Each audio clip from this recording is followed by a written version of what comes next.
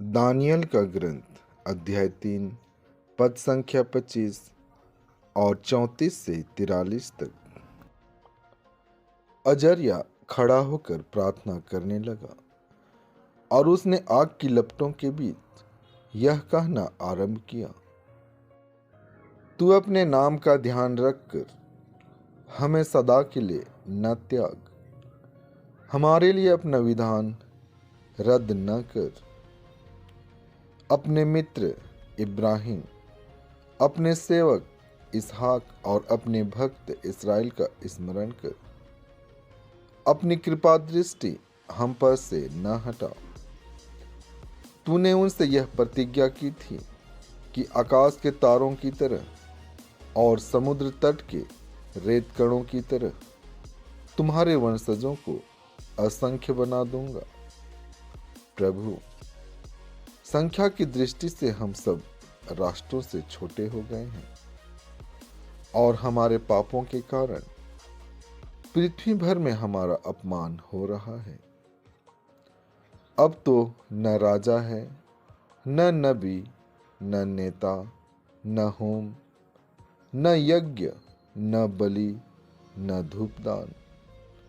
कोई स्थान ऐसा नहीं जहां तेरी कृपा दृष्टि प्राप्त करने के लिए हम तुझे प्रथम फल अर्पित करें।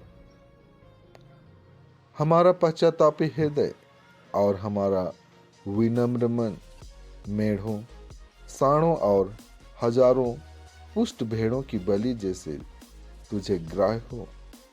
आज तेरे लिए यही हमारा बलिदान हो। ऐसा कर कि हम पूर्ण रूप से तेरे मार्ग पर चलें, क्योंकि तुझ पर भरोसा रखने वाले कभी निराश नहीं होते।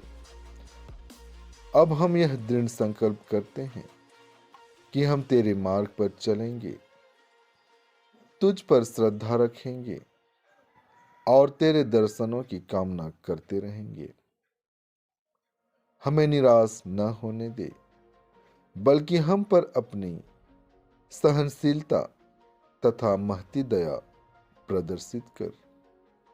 प्रभु, अपने अपूर्व कार्यों द्वारा हमारी रक्षा कर और हमारे नाम को महिमान्वित कर। संत मत्ती आज का पवित्र सुसमाचार अध्याय 18 पद संख्या 21 से 35 तक। तब पेतरुस ने पास आकर ईसा से कहा, प्रभु, यदि मेरा भाई मेरे विरुद्ध अपराध करता जाए तो मैं कितनी बार उसे क्षमा करूं? 7 बार तक? ईसा ने उत्तर दिया, मैं तुमसे नहीं कहता 7 बार तक, बल्कि 70 गुना 7 बार तक। यही कारण है कि स्वर्ग का राज्य उस राजा के सदृश से है जो अपने सेवकों से लेखा लेना चाहता था। जब वह लेखा लेने लगा तो उसका लाखों रुपए का एक कर्जदार उसके सामने पेश किया गया। अदा करने के लिए उसके पास कुछ भी नहीं था। इसलिए स्वामी ने आदेश दिया कि उसे, उसकी पत्नी, उसके बच्चों और उसकी सारी जायदाद को बेच दिया जाए और ऋण अदा कर दिया जाए। इस पर वह सेवक उसके पैरों पर गिरकर यह कहते हुए अनुनय विनय करता रहा, मुझे समय दीजिए और मैं आपको सब चुका दूंगा। उस सेवक के स्वामी को तरस हो आया और उसने उसे जाने दिया और उसका कर्ज माफ कर दिया। जब वह सेवक बाहर निकला तो वह अपने एक सह सेवक से मिला जो उसका लगभग 100 दिनार का कर्जदार था। उसने उसे पकड़ लिया और उसका गला घोट कर कहा, अपना कर्ज चुका दो।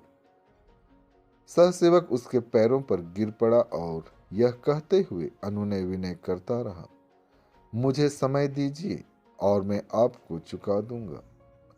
परंतु उसने नहीं माना और जाकर उसे तब तक के लिए बंदी गृह में डलवा दिया जब तक वह अपना कर्ज न चुका दे। यह सब देखकर उसके दूसरे सहसेवक बहुत दुखी हो गए और उन्होंने स्वामी के पास जाकर सारी बातें बता दी।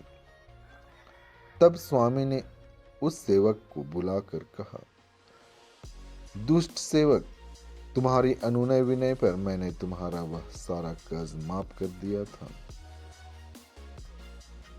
तो जिस प्रकार मैंने तुम पर दया की थी, क्या उसी प्रकार तुम्हें भी अपने सहसेवक पर दया नहीं करनी चाहिए थी?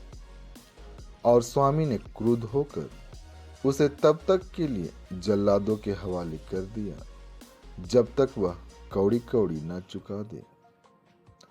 यदि तुम में हर एक अपने भाई को पूरे हृदय से क्षमा नहीं करेगा, तो मेरा स्वर्गिक पिता भी तुम्हारे साथ ऐसा ही करेगा। आमीन।